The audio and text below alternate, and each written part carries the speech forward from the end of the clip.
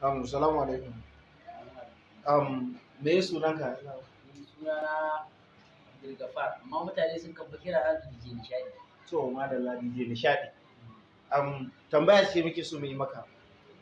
Allah ya sa na sani. Da kai ƙarshe mara daɗi da kuma kai ka samu rashin daɗi mara ƙarshe, wanne ne ya fi? Mai ƙarshe mara daɗi. Ko kuma rashin daɗi mara ƙarshe. Ko kuma rashin daɗi mara ƙarshe.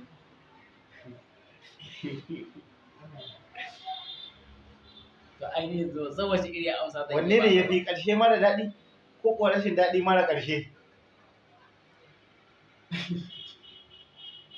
Wannan tambayar ta fi ƙarfi na. Ƙarshe mara daɗi ko rashin daɗi mara ƙarshe?